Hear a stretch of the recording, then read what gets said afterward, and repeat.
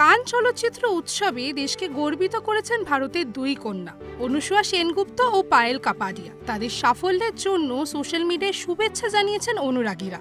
তবে এই বিষয়টি নিয়ে অভিনেতা ঋষভ বসুর প্রতিক্রিয়া একটু আলাদা।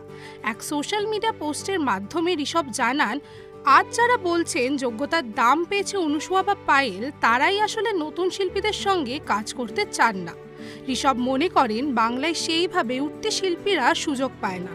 অভিনেতার কথায়, কোনো শিল্পী বাইরে গিয়ে কিছু করলে সবাই নড়ে চড়ে বসে, না হলে মৃত্যুর পরে মনে করা হয় তাদের।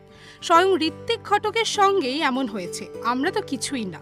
এই বিষয়ে ক্ষোভ প্রকাশ করে ঋষভ যোগ করলেন, এই ইন্ডাস্ট্রির সঙ্গে জড়িত অনেকেই দেখেছি নানা রকমের পোস্ট দিচ্ছেন।